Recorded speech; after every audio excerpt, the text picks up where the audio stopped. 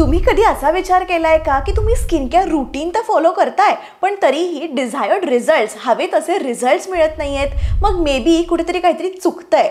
May be तुम्ही काही common skin care myths follow करताय. तर आज आपण पाहूयात 7 स्किन केअर मिथ्स जे तुमच्या स्किन हेल्थला सिक्रेटली नुकसान पोहोचवतायत. आज आपण हे मिसकन्सेप्शन्स जे आहे ते डिटेलमध्ये डिस्कस करणार आहोत. Welcome back to my channel. माझं नाव आहे ऐश्वर्या आणि तुम्ही पाहताय 2025 जानेवारी लेवल अप सिरीज, ज्यामध्ये मी 31 दिवसांमध्ये 31 व्हिडिओ आणतेय तुमच्यासाठी, packed with tips and insights on productivity, personal growth, self improvement, personality development and everything you need to level up your life. मंडळी, फर्स्ट मिथ आहे ते म्हणजे natural ingredients are always safe. That is your myth number 1.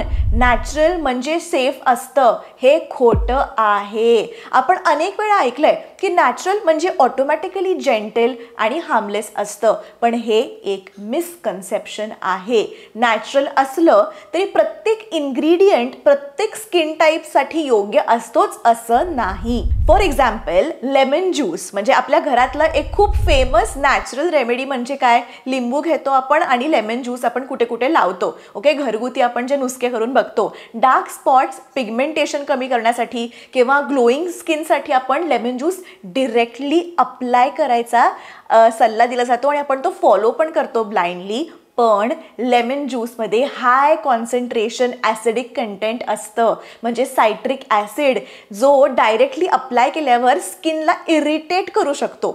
So उलट काही लोकांमध्ये ना हे acid pigmentation वाढवतं आणि ज्यामुळे डार्क स्पॉट्स अधिक प्रॉमिनंट होतात. म्हणून नॅचरल असलं तरीही प्रोडक्ट्स पॅच टेस्ट करायला विसरू नका. अजून एक एक्झाम्पल देते, इसेन्शियल ऑइल्स. आता इसेन्शियल ऑइल्सबद्दल बघा, म्हणजे लॅव्हेंडर ऑइल असतील किंवा टी ट्री ऑइल असेल, यासारखे ऑइल्स नॅचरल रेमेडीजमध्ये खूप पॉप्युलर आहेत. पण डिरेक्ट कॉन्सन्ट्रेटेड इसेन्शियल ऑइल स्किनवर अप्लाय केल्यामुळे इरिटेशन, रेडनेस आणि ॲलर्जिक रिॲक्शन होऊ शकते. स्पेशली सेन्सिटिव्ह स्किन असलेल्या लोकांना इसेन्शियल ऑइल्स डायल्यूट करून वापरणं खूप महत्त्वाचं आहे. आता बघा, Y natural isn't always safe. I tell you. Natural remedies जे आहे ते केमिकल फ्री वाटतात, पण नॅचरल आणि सिंथेटिक यामध्ये मुख्य फरक काय आहे तर फॉर्म्युलेशनचा फरक असतो. सो केमिकल फ्री म्हणत असताना आपण हे विसरतो की केमिकल्सचं सेफ कॉन्सन्ट्रेशन आपण जर यूज केलं ना तरच ते इफेक्टिव्ह आणि सेफ ठरतात. आणि तसंच नॅचरल इन्ग्रेडियंट सुद्धा पॉवरफुल असतात आणि स्किनवर त्याचा इफेक्ट काय होईल हे तुमच्या स्किन टाईप आणि तुमच्या स्किनच्या सेन्सिटिव्हिटीवर डिपेंड करतं. म्हणूनच मी असं म्हणत नाही आहे की तुम्ही या गोष्टी वापरूच नका. तुम्हाला ज्या गोष्टी वापरायच्या आहेत त्या वापरा, पण योग्य पद्धत आधी जाणून घ्या आणि मग वापरा. आणि कोणतंही न्यू प्रॉडक्ट किंवा न्यू नॅचरल प्रॉडक्ट वापरण्याआधी पॅच टेस्ट करा. फॉर एक्झाम्पल, हाताच्या मागे छोटंसं ते प्रोडक्ट अप्लाय करून बघा, 24 आवर्ससाठी थांबा, रिॲक्शन आली आहे का ते बघा. जर कुठलाही रेडनेस, इचिंग किंवा बर्निंग सेन्सेशन जाणवलं नाही तरच तो प्रोडक्ट तुमच्या फेसवर वापरण्यासाठी सेफ आहे. ओके, DIY रेमेडीज करतो ना आपण घरी, तर कोणताही इन्ग्रेडियंट ब्लाइंडली फॉलो करायचं नाही आहे. ओके, त्याच्याबद्दल रिसर्च करा. काय काय रिसर्च कराल की ॲसिडिक लेवल काय आहे, pH बॅलन्स आणि कॉन्सन्ट्रेशन किती वापरायचं आहे हे समजून घ्या. म्हणजे फॉर एक्झाम्पल सांगते परत एकदा, घरगुती रेमेडीजमध्ये बघा, हनी असेल किंवा ॲलोवेरा जेल असेल किंवा ओट्स असेल, यासारखे जेंटल इन्ग्रेडियंट्स वापरणं सेफ असतं. तर थोडक्यात काय, नॅचरल असलं तरीही सेफ फॉर ऑल, हे जे एक वाक्य आहे that is a myth. So skin हेल्थसाठी तुम्हाला तुमच्या स्किन टाईप आणि रिक्वायरमेंट्स आधी समजून घ्यायला हव्या and carefully selected and dermatologically tested products वापरणं हे जास्त फायदेशीर ठरेल. So girls, be smart with your skin care choices. Second myth which I am seeing these days is oily skin doesn't need a moisturizer. म्हणजे oily स्किनला मॉइश्चरायझरची गरज नसते हे अत्यंत खोटं आहे. ओके, हे मिथ इतकं कॉमन झालेलं आहे की अनेक लोक ज्यांची ऑइली स्किन आहे ना, मॉइश्चरायझर वापरणं पूर्णपणे अवॉइड करतायत. बट गेस वॉट, हे चुकीचं आहे. ऑइली स्किनला सुद्धा प्रॉपर हायड्रेशनची गरज असते. आपल्या स्किनचं नॅचरल मेकॅनिझम असं आहे की जर स्किन ड्राय किंवा डिहायड्रेटेड वाटली ना, तर ती एक्सेस ऑइल प्रोड्यूस करायला लागते. म्हणजे जर तुम्ही मॉइश्चरायझर वापरणं बंद केलं तर तुमच्या ऑइल ग्लँड्स अधिक ऑइल प्रोड्यूस करतील आणि स्किन जास्त ग्रीसी वाटेल. यामुळे काय होतं, पोर्स क्लॉग होऊ शकतात आणि पिंपल्स किंवा ॲक्ने असे प्रॉब्लेम वाढू शकतात. सो मॉइश्चरायझर न लावल्यामुळे स्किन डिहायड्रेटेड वाटते. ओके, ज्यामुळे काय काय होतं, पोर्स आपले एनलार्ज होतात, स्किन अधिक ऑइली दिसू लागते, ॲक्ने ब्रेकआउट्स वाढतात, स्किन बॅरियर कमजोर होतं, ज्यामुळे इरिटेशन आणि रेडनेस होण्याची शक्यता वाढते.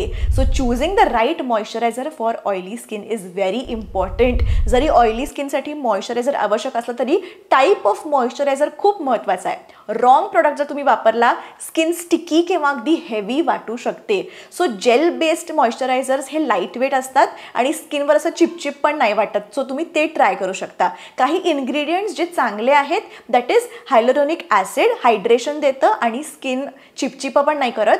नायासिनेमाइड आहे, एक्सेस ऑइल प्रोडक्शन ते कंट्रोल करतं आणि पोर्स मिनिमाइज करायला मदत करतं. तसंच मॉइश्चराइज अप्लाय करण्यासाठी ना परफेक्ट टाईम म्हणजे क्लेन्झिंग आणि टोनिंग नंतर.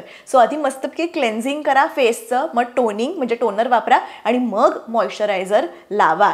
स्किन स्लाइटली डॅम्प पाहिजे, म्हणजे खूप कोरडी नाही, स्लाइटली डॅम्प असताना तुम्ही मॉइश्चरायझर लावा, म्हणजे ते छान स्किनमध्ये ॲब्झॉर्ब होतं. डे टाईम रुटीनसाठी SPF असलेलं मॉइश्चरायझर वापरू शकता आणि नाईट टाईमसाठी एकदम ऑइल फ्री हायड्रेटिंग मॉइश्चरायझर वापरू शकता. मॉइश्चरायझर लावल्यामुळे स्किन बॅलन्स्ड राहते, ऑइल प्रोडक्शन कमी होतं आणि तुम्हाला सॉफ्ट आणि स्मूथ स्किन मिळते. So basically girls, stop skipping moisturiser आणि तुमच्या स्किन केअर रुटीनमध्ये एक perfect light weight moisturiser add करा. Your skin will definitely thank you later. Third myth is higher SPF means complete protection.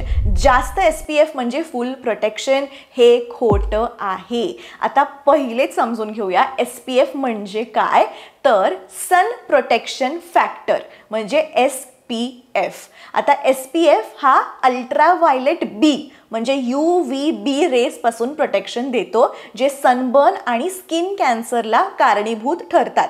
पण याचा अर्थ असा नाही की SPF जास्त असेल तर तुम्ही फुल डे सन प्रोटेक्शन तुम्हाला मिळतं. सो सनस्क्रीनचा इफेक्ट ना काही तासानंतर कमी होतो आणि रिॲप्लिकेशन हे खूप महत्त्वाचं आहे. So always reapply your sunscreen every 2 to 3 hours, especially तुम्ही जर आउटडोर असाल. कारण काय होतं, आपल्याला घाम येतो किंवा वॉटर एक्सपोजरमुळे ना प्रोटेक्शन कमी होतं जे आपण सनस्क्रीन लावलेलं आहे आणि मग UV रेसच्या कंटिन्युअस एक्सपोजरमुळे सुद्धा सनस्क्रीनचे जे ॲक्टिव्ह इन्ग्रेडियंट्स असतात ते डिग्रेड व्हायला लागतात आणि ज्यामुळे आपलं जे प्रोटेक्शन आपण जे लावलेलं आहे फेसला ते कमी होतं. किंवा आपण अनेकदा चेहऱ्याला हात लावतो, टॉवेलने पुसतो, स्कार्फ घालतो, स्कार्फ काढतो, ज्यामुळे सनस्क्रीन अनइवन स्प्रेड होतं आणि मग काही भाग ना अनप्रोटेक्टेड राहतात. So keep your sunscreen handy. Every 2 to 3 hours मध्ये सनस्क्रीन तुम्ही अप्लाय करा and enjoy your healthy glowing skin while staying protected. चौथी myth is anti ageing products are only for mature skin. म्हणजे काय, अँटी एजिंग प्रोडक्ट्स फक्त mature स्किनसाठी आहेत, जे मोठे आहेत, जे 30-40 मध्ये आहेत. हे खोटं आहे. ही एक खूप मोठी मिसकन्सेप्शन आहे ज्यामुळे तुम्हाला स्किनच्या योग्य काळजीपासून दूर ठेवते. सो अँटी एजिंग हे फक्त रिंकल्स किंवा फाईन लाईन्स दूर करण्यासाठी नसते, तर स्किन लवकर एजिंग पासून प्रोटेक्ट करण्यासाठी असते. सो स्किन केअरमध्ये prevention is better than cure हा मंत्र सुद्धा फॉलो होतो स्किन केअरमध्ये. सो रिंकल्स, फाईन लाईन्स आणि सॅगिंग स्किन हे अचानक होत नाहीत.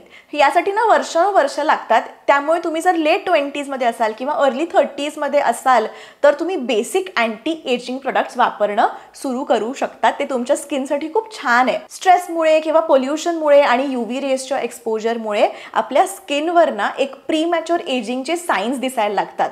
सो जर तुम्ही अशी लाईफस्टाईल फॉलो करत असाल त्याच्यामध्ये जास्त तुम्ही बाहेर जाताय, आउटडोर एक्सपोजर जास्त आहे किंवा तुम्ही नीट खात नाहीये, जास्त बाहेरचं खाताय, तुमचं इम्प्रॉपर डाएट आहे, तर मग स्किनची काळजी तुम्ही लवकर घ्यायला पाहिजे. अँटी एजिंग प्रोडक्ट्स निवडताना सुद्धा योग्य इन्ग्रेडियंट्सवर फोकस करा. बिगिनर्ससाठी काही जेंटल आणि इफेक्टिव्ह इन्ग्रेडियंट्स सांगायचे झाले ते म्हणजे तर रेटिनॉल. सो रेटिनॉल हा एक विटॅमिन ए डेरिव्हेटिव्ह आहे जो सेल टर्नओव्हर इम्प्रूव्ह करतो आणि फाईन लाईन्स कमी करण्यास मदत करतो. पेप्टाइड्स सुद्धा आहेत. पेप्टाइड्स स्किन फर्म ठेवण्यासाठी कोलॅजन प्रोडक्शन बूस्ट करतं. ते जेंटल असतात आणि अर्ली जे एजिंग होतं ना त्यासाठी ते छानपणे काम करतात.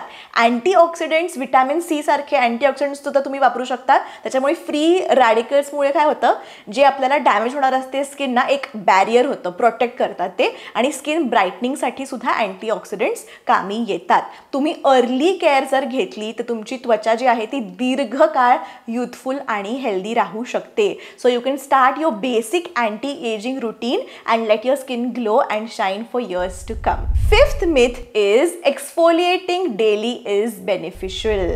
आता डेली एक्सफोलिएशन स्किनसाठी चांगलं असतं. फ्रेंड्स, हे खोटं आहे. खरं तर डेली एक्सफोलिएशनमुळे तुमच्या स्किनचं नॅचरल बॅरियर जे असतं ते वीक होतं. यामुळे अगेन रेडनेस, इरिटेशन, ड्रायनेस सारखे प्रॉब्लेम्स येऊ शकतात. एक्सफोलिएशन म्हणजे डेड स्किन्स, ते जे डेड स्किन सेल्स असते ना ते रिमूव्ह होतात आणि यामुळे स्किन फ्रेश आणि स्मूथ दिसते. पण मोर इज बेटर हा नियम इकडे लागू होत नाही. सो स्किनचे जे नॅचरल ऑइल्स असतात ना तेच आपले प्रोटेक्टिव्ह बॅरियर असतात आणि तेच आपल्या स्किनला छान ठेवतात. तर डेली एक्सफोलिएशनमुळे हा जो बॅरियर आहे ना तो डॅमेज होतो. सो वीकमध्ये 2-3 times gentle exfoliation I think पुरेसं आहे. याने काय होतं, डेड सेल्स जे आहेत ना ते रिमूव्ह होतात आणि स्किनला एक नॅचरल ग्लो जो आहे तो मेंटेन राहतो. आता एक्सफोलिएशनमध्ये सुद्धा 2 टाइप्स आहेत. फिजिकल एक्सफोलिएशन म्हणजे स्क्रब्स किंवा क्लेन्झिंग ब्रशेस वापरून डेड आपली जी स्किन आहे ती रिमूव्ह केली जाऊ शकते. किंवा केमिकल एक्सफोलिएशन म्हणजे AHAs म्हणजे ग्लायकोलिक ॲसिड किंवा लॅक्टिक ॲसिड आणि BHAs म्हणजे सॅलिसिलिक ॲसिड. हे जेंटल ॲसिड्स आहेत जे स्किन सरफेस क्लीन करतात आणि पोर्स अनक्लॉग करायला मदत करतात. सो नाईट टाइम एक्सफोलिएशन तुम्ही करू शकता. That is the best thing, कारण का स्किन रिपेअर आणि रिन्यू होते. पण बऱ्याचदा नाईट टाईम म्हणजे तुम्ही काय करता की स्किनवर प्रोडक्ट्स लावले आणि लगेच तुम्ही झोपता. एक मी आत्ता रिसेंटली रिसर्च पाहिला होता की अशाने काय होतं, मोर दॅन 50% तुम्ही जे प्रोडक्ट लावलं आहे ते उशीवर निघून जातं. So best time to do तुमची night skin care routine is झोपायच्या आधी 2 तास. म्हणजे तुम्ही मस्त घरी आलाय, छान तोंड धुवून तुम्ही तुमचं नाईट स्किन केअर रुटीन करा आणि मग 1-2 तासांनी झोपलात तर मग ते छान तुमच्या स्किनला पण सगळे त्याचे पोषण मिळतात. नाही तर मग सगळं उशीच्या आपल्या कव्हरला लागून जातं. तर आता एक्सफोलिएशन नंतर ना स्किनला हायड्रेशनची गरज असते. So always use a hydrating moisturiser किंवा सिरम. सो डेली एक्सफोलिएशन स्किनसाठी डेफिनेटली चांगलं नाही आहे, नक्कीच डॅमेजिंग ठरू शकतं. स्किन केअरमध्ये बघा, लेस इज मोर हा प्रिन्सिपल फॉलो करा. वीकमध्ये 2 to 3 टाइम्स जेंटल एक्सफोलिएशन पुरे आहे, ज्यामुळे तुम्हाला ग्लोईंग आणि हेल्दी स्किन मिळेल. Next myth is expensive products are more effective. Expensive products चांगलेच असतात. आय एम शुअर हे तुम्ही सुद्धा ऐकलं असेल की एक्सपेन्सिव्ह प्रोडक्ट्स म्हणजे हाय क्वालिटी आणि बेटर रिझल्ट्स. पण दिस इज नॉट ऑलवेज द केस. काही वेळा जास्त प्राईस फक्त ब्रँडिंग किंवा पॅकेजिंगसाठी असतं आणि not necessarily because the product is better for your skin. साधारणतः हाय प्राईस प्रोडक्ट्समध्ये ना एक ग्लॅमरस ब्रँडचं नाव असतं, लक्झरियस पॅकेजिंग असतं आणि ॲडव्हर्टायझिंग स्ट्रॅटेजीज असतात. पण त्याच्याशी संबंधित असलेले इन्ग्रेडियंट्स किंवा फॉर्म्युलेशन नेहमीच तुम्हाला फायदेशीर ठरतील किंवा इफेक्टिव्हच असतील असं नाही. ठीक आहे, there are so many affordable alternatives out there that they are doing a great job. For example Cetaphil घ्या. सिटॅफिलचं एक जेंटल क्लेन्झर आहे, ते खूप फेमस आहे, बजेट फ्रेंडली पण आहे आणि स्किनसाठी सुद्धा सुपर जेंटल, नॉन इरिटेटिंग आहे, आयडियल फॉर डेली यूज आहे. आणि अजून एक सांगायचं झालं तर सिम्पलचं मॉइश्चरायझर पण आहे. म्हणजे सिम्पल मॉइश्चरायझर म्हणजे सिम्पल हा ब्रँडचं नाव आहे.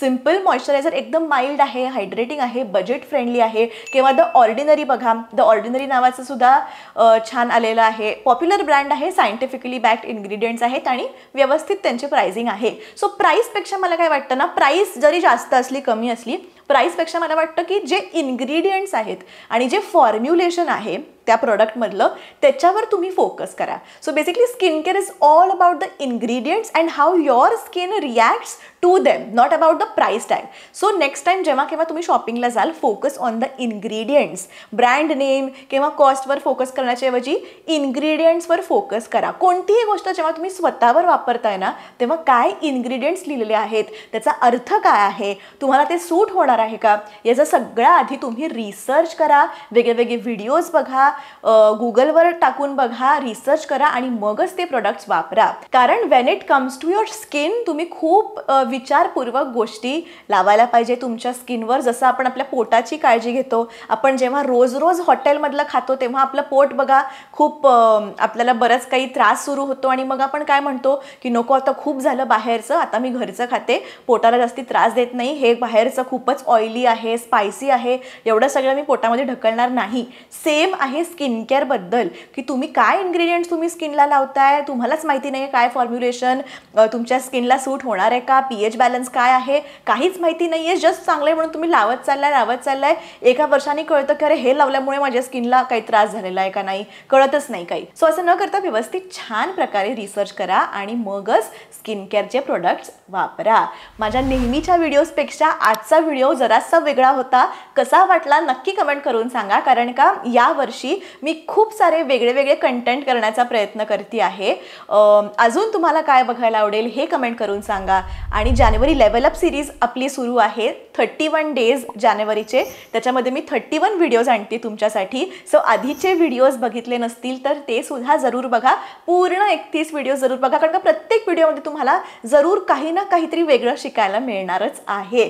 त्यामुळे या सिरीजची संपूर्ण ताकद तुम्ही वापरणं विसरू नका आणि नक्कीच तुमच्या जीवनाला काहीतरी नवीन ऊर्जा देतील, काहीतरी शिकायला मिळेल. खूप वेगवेगळे टॉपिक्स केलेले आहेत. सो आय होप तुम्हाला हे आवडेल आणि प्लीज मला सपोर्ट करा, कारण this is the first time मी अशी खूप एक सिरीज वगैरे करते चॅनलवर. So please do support me. भेटूया पुढच्या व्हिडिओमध्ये. तोपर्यंत keep shining, keep growing and stay amazing. See you next time.